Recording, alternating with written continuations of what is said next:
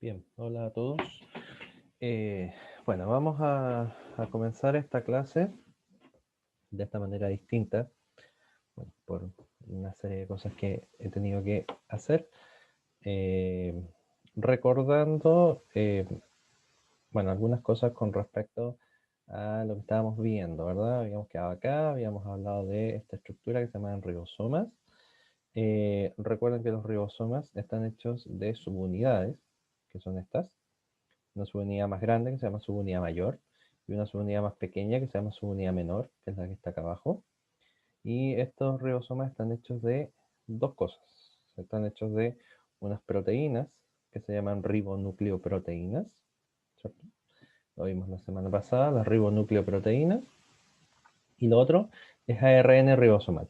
Entonces, las subunidades, ¿verdad?, de un ribosoma están formadas de dos cosas: ribonucleoproteínas y ARN ribosomal. Algo bien importante es que estas subunidades, ¿verdad?, se generan y se ensamblan en el nucleolo, que era el nucleolo, una parte interna del núcleo, que vimos la semana pasada, ¿cierto? ¿Y cuál es la función principal que cumplen estos organelos celulares que se llaman ribosomas? Bueno, la función principal es la síntesis de proteínas. Acuérdense que esa es la función primordial que tenían estos ribosomas. Sintetizar proteínas. ¿Qué significa sintetizar? Significa hacer proteínas, crear proteínas. ¿Ya? Y eso es justamente lo que hacen. Forman y crean proteínas. ¿Ya? Por eso son fundamentales estos organelos celulares para todo tipo celular.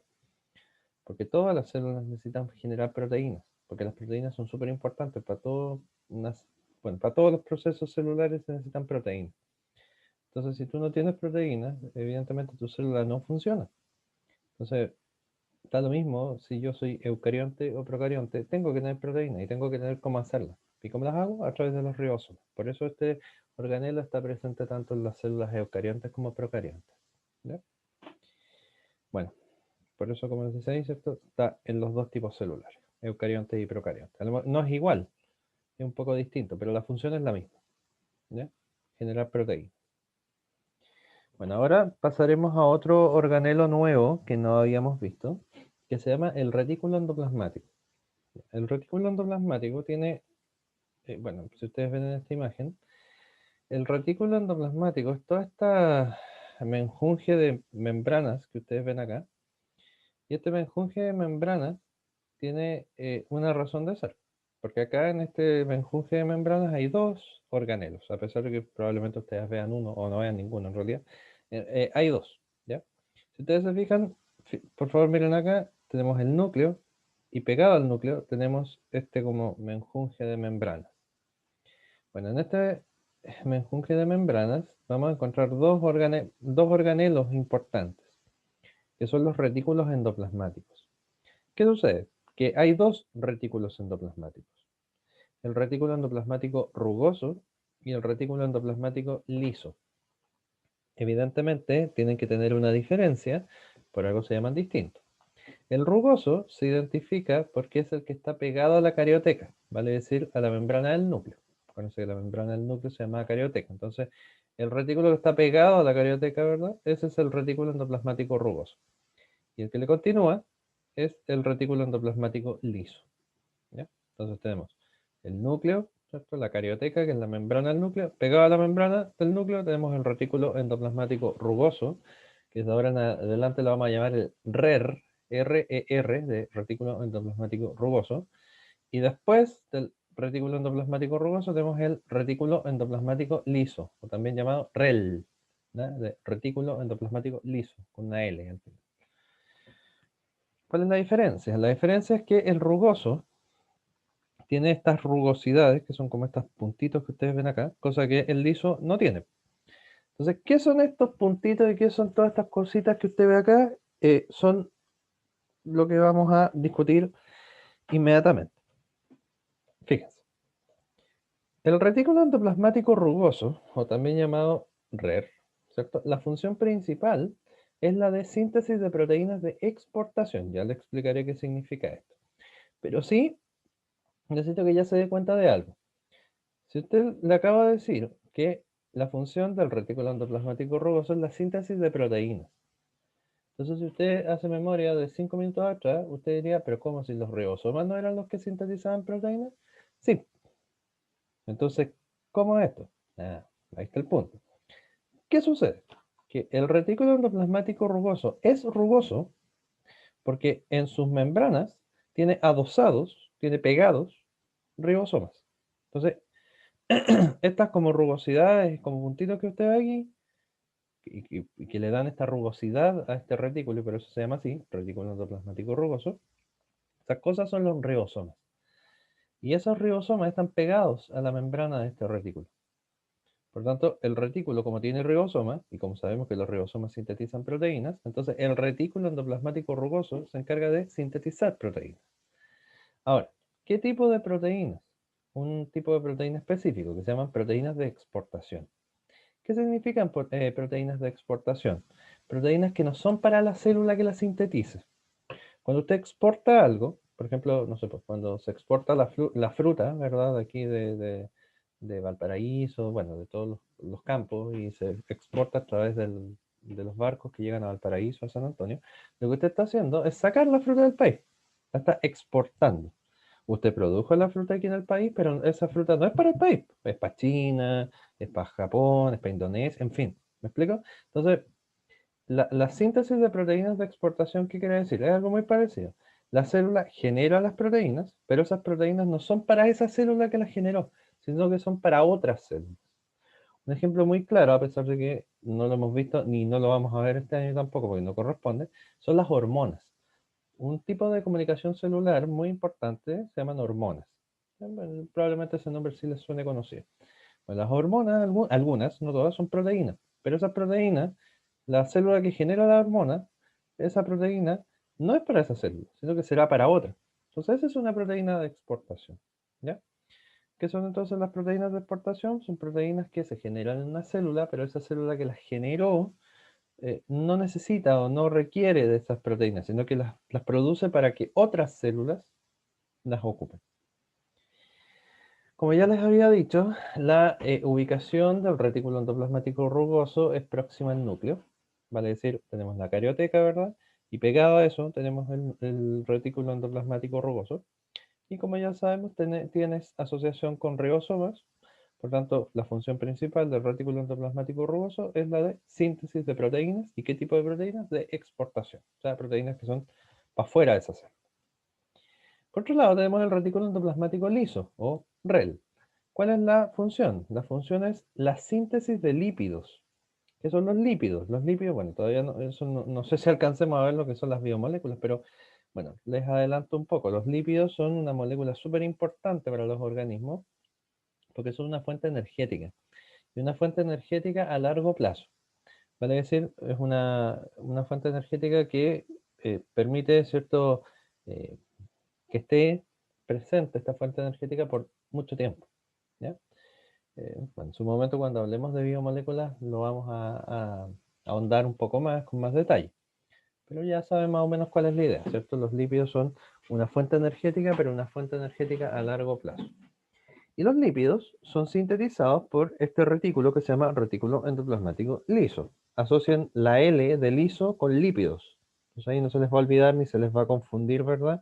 Porque acuérdense que REL con L, ¿L de qué? L de lípidos. Entonces el REL sintetiza lípidos y el otro, como no tiene L, ¿verdad? Sintetiza proteína. ¿Ya? Otra función importante que también cumple el REL, ¿ya? O el retículo endoplasmático liso, aparte de la síntesis de lípidos, es la detoxificación celular.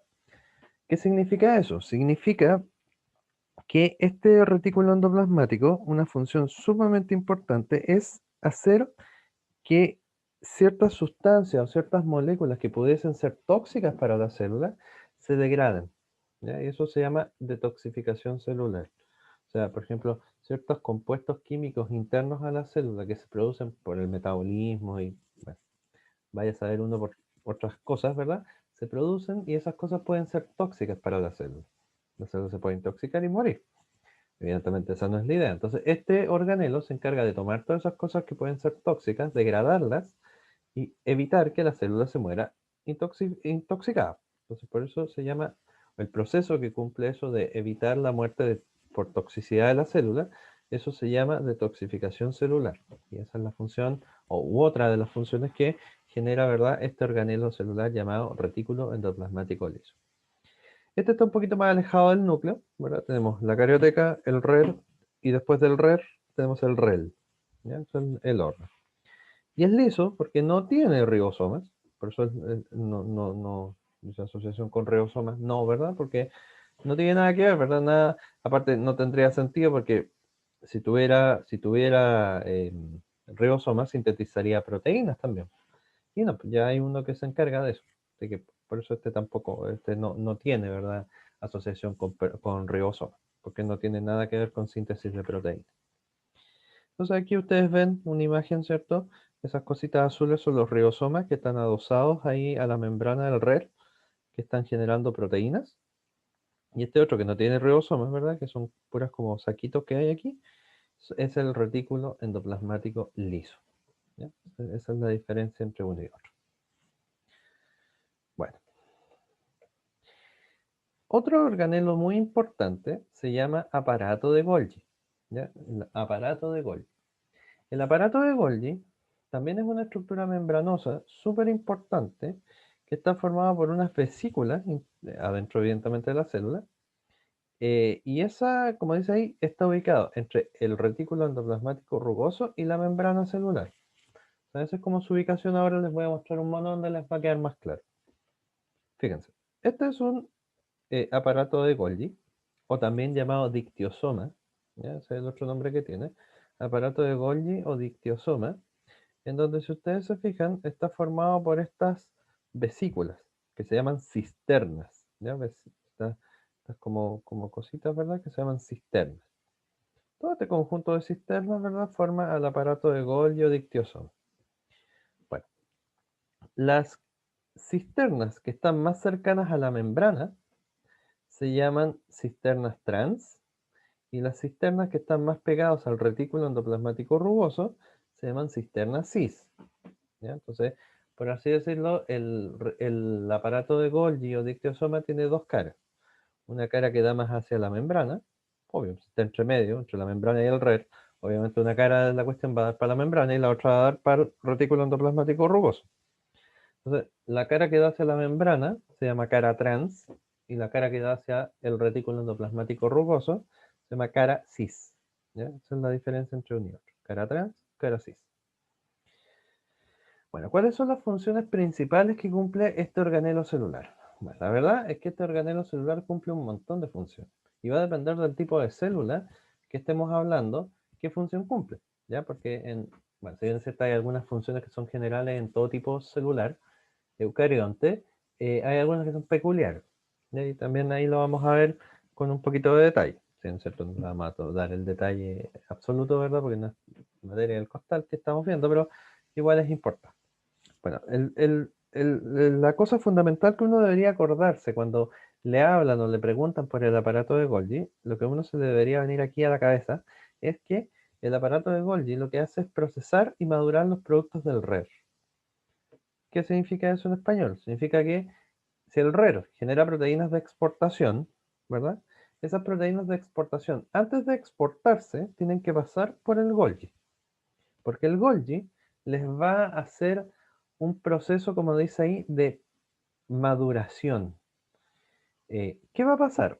Que resulta que cuando esta proteína, ya, ok, será una proteína de exportación, tendrá como destino otra célula que no, o otras células que no son las que la generaron, por lo tanto tiene que salir de la célula, por eso es una proteína de exportación, pero en el camino, antes de salir, tiene que pasar a través de las cisternas del Golgi, ¿ya? A través de las vesículas del Golgi. ¿Por qué? Porque el aparato de Golgi se encarga de generar un proceso en estas proteínas de exportación que se llama maduración. Hay unos procesos químicos que generan las cisternas del Golgi, como por ejemplo unos procesos que se llaman glicosilación, ¿ya? La O-glicosilación, por ejemplo, o la L-glicosilación. Bueno, en general se llama glicosilación, que es que el Golgi le agrega carbohidratos a las proteínas, entonces, que es otra molécula energética. A lo mejor Esto es medio chino lo que les estoy diciendo, porque como todavía no hemos visto biomoléculas, ¿verdad? A lo mejor estos nombres no son tan comunes para ustedes, pero vayan acostumbrándose porque los vamos a ir ocupando periódicamente y más adelante tendremos clase, ¿verdad? Para entender qué son los carbohidratos, qué son las proteínas, en fin. Pero sí es importante que, por ejemplo, cuando los productos del RER, vale decir las proteínas de exportación, pasan a través del Golgi, una de las principales cosas que pasa dentro del Golgi es este proceso que se llama glicosilación de las proteínas. La glicosilación de las proteínas. Además, como se dice ahí, ¿y qué es la, perdón, y qué es la glicosilación de las proteínas? Es agregarle carbohidratos a las proteínas y generar glicoproteínas. ¿Ya? A lo mejor los nombres son medio extraños, pero así se llama. ¿Ya? Em, Otra cosa muy importante es que si tú quieres sacar una proteína de tu célula, porque es una proteína de exportación, tú la tienes que meter adentro de un Uber, ¿ya? Un Uber adentro de la célula, con un vehículo, ¿verdad?, que lleva esta proteína para afuera. Ese vehículo, ese Uber que hay adentro de la célula, es una vesícula, y esa vesícula se llama vesícula de exportación. Bueno, el Golgi se encarga justamente de meter estas proteínas que se van a exportar adentro de esta vesícula de exportación que va a ser la encargada de sacarla de la célula. ¿Ya? Acuérdense como de un Uber, ¿verdad? Que es esta vesícula de exportación que logra mover, ¿cierto?, las proteínas de exportación en su interior hacia afuera. ¿Ya? Bueno, y como, bueno, hasta aquí, ¿cierto? Son como las funciones generales que hace el Golgi en toda célula, eucarionte evidentemente. Lo de acá, ¿verdad? Las funciones que están acá abajo son funciones más bien particulares. Por ejemplo, no vamos a entrar en detalles, pero por ejemplo también el Golgi forma una estructura que se llama acrosoma en un tipo de célula especial que son los espermatozoides. ¿Ya? También es una función importante, ¿verdad? Pero específica para ese tipo de células, que son los espermatozoides, el Golgi también trabaja ahí y genera el acrosoma.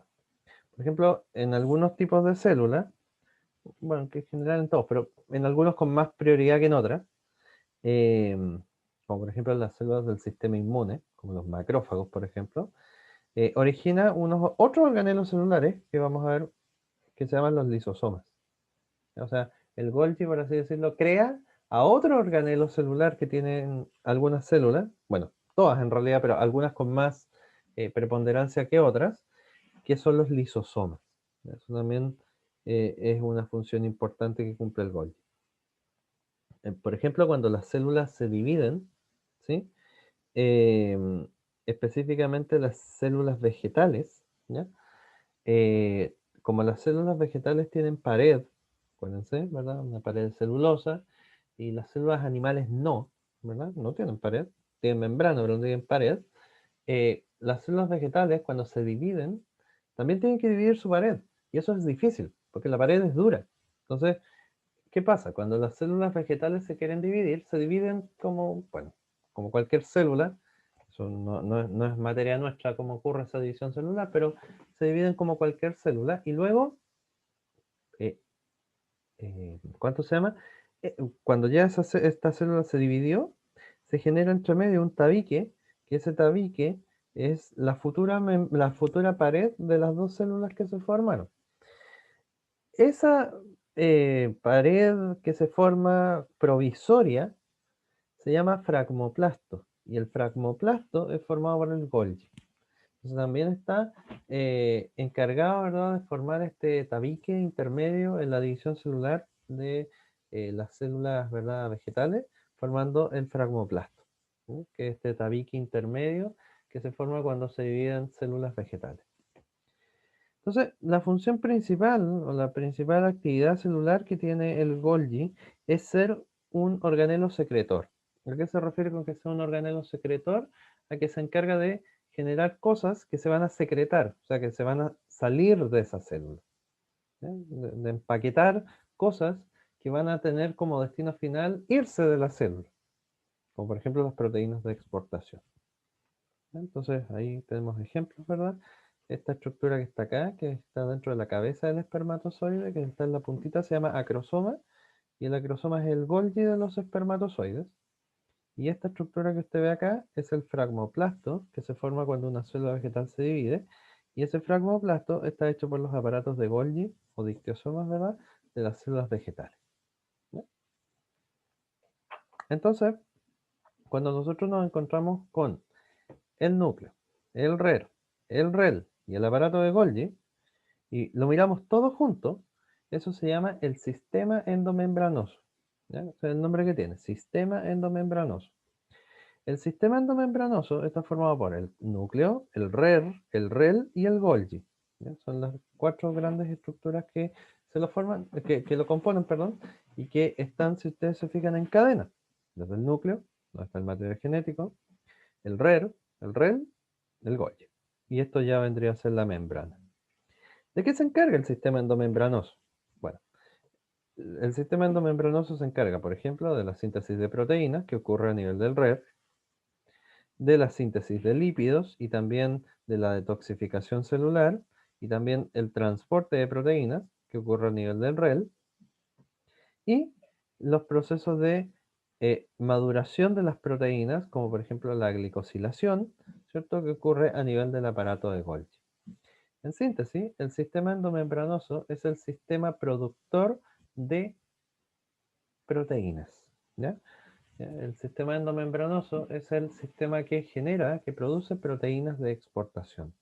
¿Ya? Proteínas que esta célula va a generar, pero no son para ella, sino que son para otras células. ¿Sí? Ese es el sistema endomembranoso.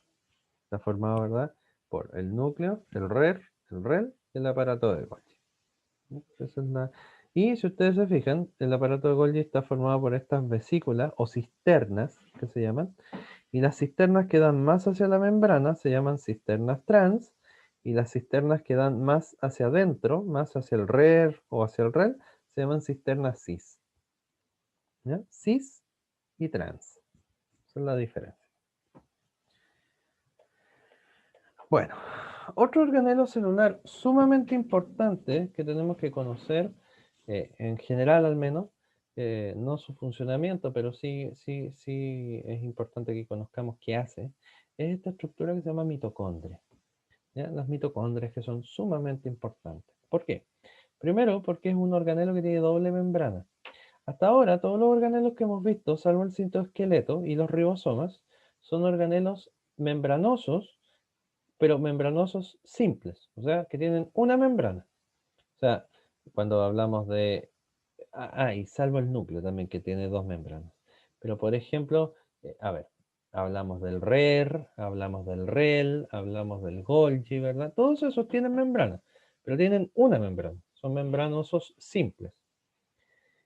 Por ejemplo, el citoesqueleto y los ribosomas son organelos amembranosos, sin membrana. No tienen. Pues son proteínas, ¿verdad? Y no tienen membrana.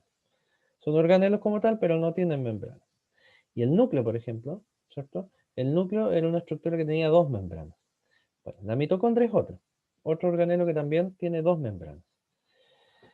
Y además, otra cosa muy interesante es que, además de tener doble membrana, otra cosa que también poseen las mitocondrias es que tienen ADN propio.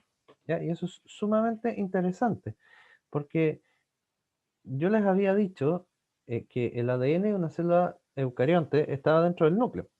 Y es verdad, esto no ha cambiado. Entonces, ¿a qué me refiero con que tengan ADN propio? Es que la mitocondria, como organelo celular, adentro de la mitocondria hay ADN, pero ese ADN no es de la célula dueña de esa mitocondria, sino que ese ADN es propio de la mitocondria. Por eso dice, tiene su propio ADN y también sus propios ribosomas. ¿Qué es lo que pasa? Lo que pasa es que las mitocondrias, el ADN de ellas y los ribosomas de ellas, que son propios de esa mitocondria, son más bien parecidos al ADN y ribosomas procariontes. ¿Por qué? Porque eh, esto es medio loco, pero traten de entenderme. Hay una teoría que se llama la teoría endosimbiótica, ¿ya? Ese es el nombre que tiene, la teoría endosimbiótica, que trata de explicar cómo llegaron las mitocondrias y otros organelos que veremos en otro momento, que se llaman cloroplastos, cómo llegaron adentro de una célula eucarionte. Pues estos son organelos que están adentro de la célula eucarionte. Entonces, ¿cómo llegaron? Bueno, la forma en la cual se explica que estos organelos llegaron, las mitocondrias llegaron adentro de nuestras células, es que se supone que en tiempos pasados las mitocondrias eran una célula sola e independiente, que evidentemente cuando ocurrió la formación evolutiva, ¿verdad?, de las células eucariontes, como estas células eucariontes eran muchísimo más grandes, eh, por así decirlo, se tragaron a estas células más chicas y quedaron dentro. Y por eso, ¿cierto? Se llega a la conclusión de que, claro, estos organelos como las mitocondrias y los cloroplastos, perdón, que son los otros, están adentro de de las células eucariontes. ¿Ya? Algo bien interesante es que la manera más eh, fehaciente para poder decir que esa teoría tiene sustento es que estas cosas tienen ADN propio y ribosomas propios. Y más encima ese ADN y ribosomas propios es parecido al ADN eucarionte, o sea, procarionte y no eucarionte. Entonces eso es como un buen argumento para poder decir que a lo mejor eso fue lo que pasó. Evidentemente eso es muy difícil de comprobar, pero eso es una teoría que se tiene de cómo, que trata de explicar, ¿cierto?, cómo llegaron las mitocondrias adentro de las células eucariontes. Y esa teoría se llama teoría endosimbiótica. Si gustan más información porque no les quedó claro algo, googleenlo, ¿verdad? Ahí pueden poner teoría endosimbiótica y buscar, ¿cierto?, un video o algo más detallado, ¿cierto?, donde se les van a explicar básicamente lo mismo que expliqué yo en un par de minutos, probablemente en hartos más, pero para que les quede claro. ¿Ya? Es como la idea de esta teoría. Bueno, ¿cuál es la función principal de las mitocondrias? ¿Por qué hablo de las mitocondrias? Porque las células no tienen una mitocondria, ¿ya? Tienen muchas y va a depender del tipo de célula, algunas que tienen millones y otras que tienen hartas. hay células que tienen muchísimas mitocondrias y células que tienen pocas, o no tantas. ¿Ya? Entonces va a depender del tipo de célula y la función que haga, cuántas mitocondrias, por así decirlo, va a tener una célula. Entonces, ¿cuál es la función principal que cumplen las mitocondrias? La función principal es generar un proceso que se llama respiración celular, que ese proceso lo veremos en primero medio, ¿ya? La respiración celular, pero anyway, da lo mismo qué es la respiración celular, pero sí es muy importante lo que produce la respiración celular. La respiración celular produce una cosa que se llama ATP. ¿Qué significa ATP? Que esta sigla que los va a acompañar de aquí en adelante en biología, el ATP. El ATP significa adenosin trifosfato, ¿ya? Adenosin trifosfato, con S.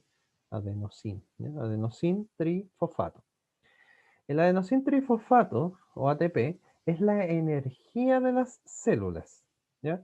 Eso es el ATP, es la energía celular.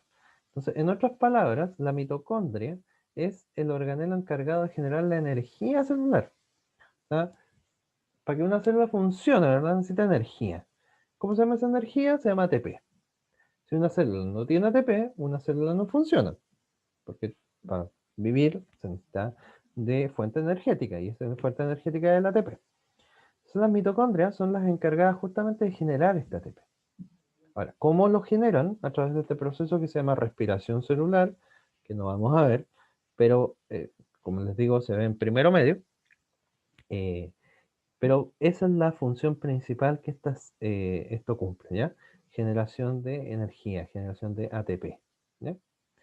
Entonces, evidentemente, una célula que gaste o que tenga mayor gasto energético va a tener mayor cantidad de mitocondrias en sus células que una célula que no gaste tanto.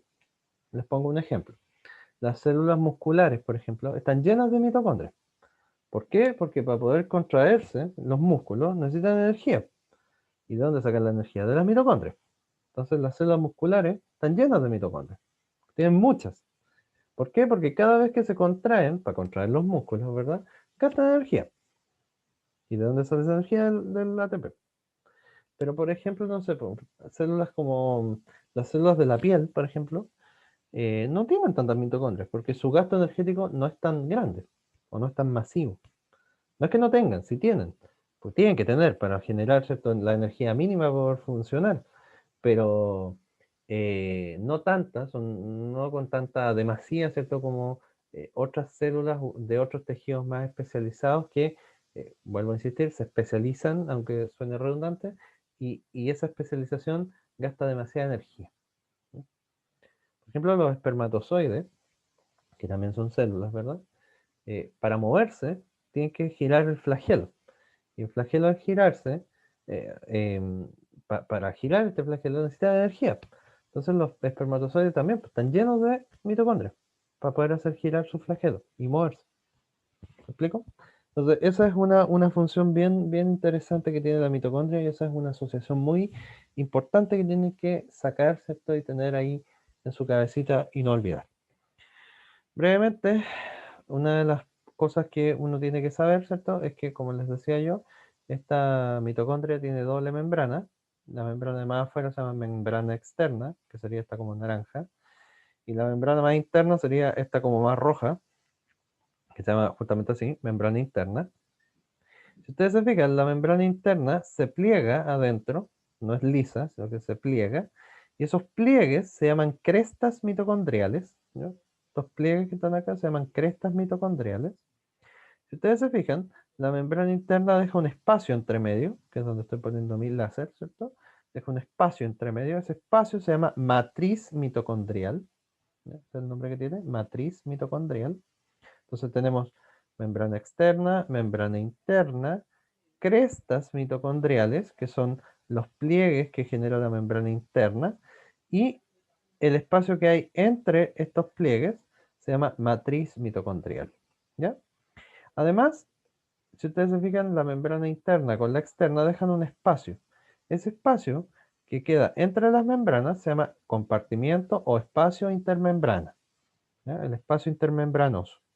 Entonces, si ustedes se fijan, esas son las grandes partes, por así decirlo, que tiene una mitocondria. Dentro de esta estructura se genera, ¿cierto?, la respiración celular y dentro de esta estructura, ¿cierto?, se genera el ATP, necesario para la supervivencia y función de la célula. ¿Ya? Esa es la función principal que cumple este organelo celular, la mitocondria. Bueno, otro organelo importantísimo es el lisosoma. También todas las células tienen lisosomas, pero hay células que tienen más lisosomas que otras. Por ejemplo, las células que se encargan de la función inmunológica, la función de protección y de batallar, ¿verdad?, con las infecciones, virus, bacterias que andan fuera. ¿Ya? Em, bueno, los lisosomas son generados, como se dice, son una vesícula delimitada por una membrana, y si son una vesícula, y eso se les tiene que quedar muy claro en su cabeza, si a ustedes les sale la palabra vesícula, a ustedes inmediatamente se les tiene que venir a la cabeza que esa vesícula la tuvo que haber hecho el Golgi, porque el Golgi lo que hace son las vesículas, en la fábrica de vesículas de la célula. Todas las vesículas que andan dentro de una célula, todas salieron del Golgi, del que ya vimos, ¿verdad? Entonces, los lisosomas, que son vesículas, por lo tanto, fueron creadas en el Golgi, eh, están delimitados por una membrana. ¿Qué es lo interesante? Que estos organelos sirven como, por así decirlo, si hacemos un símil a nuestro sistema, el lisosoma sería como el estómago de la célula, o como el sistema digestivo de la célula. ¿Ya? ¿Por qué? Porque adentro del lisosoma hay muchas enzimas que son, ¿qué son las enzimas? Las enzimas son proteínas que generan una función específica, que en este caso son enzimas digestivas. ¿Qué significa esto? Que estas enzimas lo que hacen es romper las cosas que los lisosomas ingresan adentro de ellos. O sea, tenemos el lisosoma, ¿verdad? Y cosa que entra dentro del lisosoma, estas enzimas lo degradan. Entonces, estas enzimas que están dentro de los lisosomas se llaman hidrolasas ácidas. ¿Ya? Ese es el nombre, hidrolasas ácidas. ¿Y qué es lo interesante de esto? Que estas, ¿cuánto se llaman? Hidrolasas ácidas, le hacen alusión a su nombre, ácido, porque están activas a un pH ácido. vale decir un pH bajo.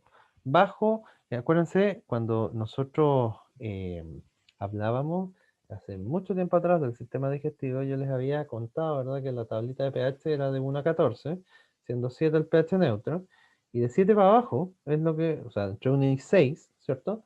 Sería el pH que se llama pH ácido, ¿ya? Un pH que es bajo, ¿cierto? Bajo 7, ¿ya? Ese es un pH ácido. Como dice ahí, un pH en torno a 5. Bueno, entonces, si ustedes se fijan, esto es un lisosoma, ¿verdad? Una vesícula que tiene membranita, ¿verdad? Y adentro tiene estas hidrolasas ácidas, ¿cierto? Entonces, todo lo que entra aquí, esas hidrolasas ácidas lo destruyen. Entonces, por eso, como dice ahí, ¿cierto? Llevan a cabo la digestión intracelular. Esa es la gran función de los lisosomas. O sea, cuando la célula come algo, ese algo se degrada aquí. ¿Sabes? Como dice ahí, actuando como el sistema digestivo, por así decirlo, de la célula, entre comillas. ¿Cierto? Bueno, además los lisosomas están encargados de otros eventos, que no vamos a entrar en detalle en esta oportunidad, que se llaman, bueno, que son procesos de renovación celular, como por ejemplo la autofagia. ¿Qué pasa? Que como las células están vivas, hacen lo mismo que un ser vivo. Nacen, crecen, se desarrollan, se multiplican y se mueren. Igual que todos, ¿verdad? Eh, Algo bien interesante es que los procesos de muerte celular son bien bacanes, ¿ya? Porque eh, las células, bueno, obviamente se pueden morir de manera traumática. ¿Y a qué me refiero con que se mueran de manera traumática? A que, por ejemplo, no sé, pues yo voy andando en bicicleta y me caigo y me hago una herida. Claro, ahí murieron un montón de células, ¿cierto? De manera traumática, porque me raspé el brazo, lo que sea, y se tira un montón de células y todas esas células, ¡pum!, me explotaron y se murieron. Pero eso es un tipo de muerte celular, que es la muerte traumática que se llama. Y no es chiste, se llama así, muerte traumática. Pero hay otros tipos celulares, o sea, otros tipos de muerte celular que no son traumáticas, que son muertes celulares programadas. Vale decir que cuando una célula va cumpliendo ciertas características y va cumpliendo, entre comillas, cierta edad, que una célula también tiene una cierta edad, ya llega un momento en el cual ya su edad impide que siga viva y hay que matarla. Entonces la célula, muy evidentemente, muy obedientemente, ¿cierto? Entiende y dice, chuta, estoy viejita, entonces como estoy viejita, lo que voy a hacer es que, y eso es lo más interesante, es que me voy a suicidar, ¿ya? Eso es lo que hacen las células, cuando ya están muy viejitas, se suicidan, ¿ya? Eh, Entienden, dicen, ¿sabes qué? Que ya estoy viejita y me voy a suicidar. Y un tipo de suicidio celular es la autofagia. Hay otro que se llama apoptosis, que no lo vamos a ver ahora, pero la autofagia, eh, hagamos la alusión al nombre. Auto significa propio, ¿cierto? Y fagia significa comer. O sea, que la célula se autocome. Ya, eso es lo que significa autofagia. Y justamente este autocomerse de la célula, los lisosomas están súper activos aquí. ¿Por qué? Porque son estas hidrolasas ácidas las encargadas de ir degradando el resto de organelos celulares y ir degradando poco a poco la célula de adentro hacia afuera hasta degradarla por completo. Y evidentemente estos organelos celulares también se destruyen. ¿Ya? Entonces, estos procesos de autofagia, de apoptosis, de muerte celular programada, eh, son muy comunes y son muy importantes en la renovación celular. Si no existieran, bueno, y de hecho, solo para que lo piensen y queden ahí con una duda, ¿ya? Más que respuestas, queden con dudas. Estos tipos de muerte celular programada están muy relacionados con el cáncer. Cuando estos tipos de muerte celular fallan, por la razón que sea, se produce cáncer. ¿Justamente por qué? Porque el cáncer es difamación de células malas, células que deberían haberse muerto y no se murieron. O sea, estos procesos de muerte celular programada fallaron. Y como fallaron, no mataron a esa célula, que debería haberse muerto, y se dividió y generó cáncer. ¿Ya? Por ejemplo, ahí tienen un buen ejemplo, ¿cierto?, de que estos procesos, ¿cierto?, de muerte celular programada son sumamente importantes. ¿Ya? Bueno, ahí hay un video si quieren verlo en algún momento. Y por último vamos a ver también a los peroxisomas. ¿Ya? Los peroxisomas también son sumamente importantes. Son otros organelos que también tenemos en nuestras células. Muy parecidos a los lisosomas. También son una vesícula, también están delimitados por una membrana. Pero en el interior las enzimas que tienen no son hidrolasas ácidas, como en el caso anterior, sino que se llaman enzimas oxidativas. ¿Cuál es la función de un peroxisoma? La función de un peroxisoma es eh, proteger a la célula de las intoxicaciones. ¿Ya? ¿Qué pasa? Que las células, cuando están dentro de su metabolismo y produciendo cosas, una de las cosas que producen y producen mucho es esto. Producen peróxido de hidrógeno, el H2O2. ¿Ya? Ese es el peróxido de hidrógeno. ¿Qué sucede? Que el peróxido de hidrógeno, cuando se empieza a acumular, es tóxico para las células. Entonces, si el peróxido de hidrógeno se empieza a acumular y acumular y acumular, la célula se puede morir intoxicada por acumulación de peróxido de hidrógeno. Entonces, ¿cuál es la solución? Los peroxisomas. Por eso se llaman peroxisomas, ¿cierto? Porque, ¿qué hacen los peroxisomas? Pescan el peróxido de hidrógeno y lo convierten en agua y oxígeno. ¿Ya? O sea, este peróxido de hidrógeno lo toman y estas enzimas oxidativas destruyen, por así decirlo, hacen, más que lo destruyen, generan una conversión química que hacen que este peróxido de hidrógeno se transforme en agua, H2O, y oxígeno, O2. ¿Por qué? Porque como el peróxido de hidrógeno es tóxico, al transformarlo en agua y oxígeno, el agua y el oxígeno no son tóxicos para la célula, de hecho los necesita. Entonces, eh, a partir de esta cosa que es tóxica, ¿cierto? Los peroxisomas lo pueden tomar, lo pueden transformar químicamente y convertirlos en agua y oxígeno que son inocuos y que son súper importantes para el funcionamiento celular. Entonces, esa es la función de estos organelos, ¿verdad? Los peroxisomas. Ya, entonces, bueno, por esta oportunidad solamente vamos a llegar hasta aquí, por una razón más que nada de tiempo, no los quiero aburrir tanto rato, y lo otro es que ya la próxima semana terminaremos esta parte viendo organelos que son exclusivamente de los células animales y después los organelos que son exclusivamente de las células vegetales y algunas adaptaciones celulares. ¿Ya? Así que eso pues chiquillos. Espero no haberlos aburrido mucho. Espero que hayan entendido. Cualquier duda, evidentemente, me pueden contactar cuando eh, estemos en clase y cuando lo necesiten. ¿Ya? Así que eso. Un abrazo. Que estén muy bien. Adiós.